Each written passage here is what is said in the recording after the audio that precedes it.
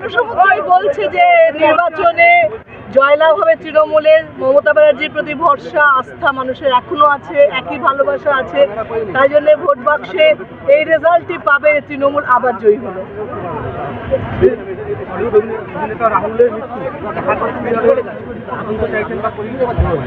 খুব দুঃখের, এটা মানে অস্বাভাবিক এবং বিশ্বাসযোগ্য না। এখন যেরকম ফেক নিউজ হয়, সব পোর্টালগুলো ফেক নিউজ করে, সেরকম ফেক নিউজ হলে ভাল লাগবে যে না, এই একটা ফেক নিউজ ভাল লাগবে যে মানুষটা প্রিয় মানুষ সবার, এত একদম ইয়াং ছেলে, জলজ্যান্ত একটা ছেলে মৃত্যু, খুব দুঃখের। তদন্ত নিয়ে আমি তো ওই পরিস্থিতি ছিল, তদন্ত হোক, মানে যদি মনে করে ওর পরিবার নিশ্চয় তদন্ত। শুটিংয়ের নিরাপত্তা, শুটিংয়ের সময় নিরাপত্তা কি ঠিকঠাক ছিল?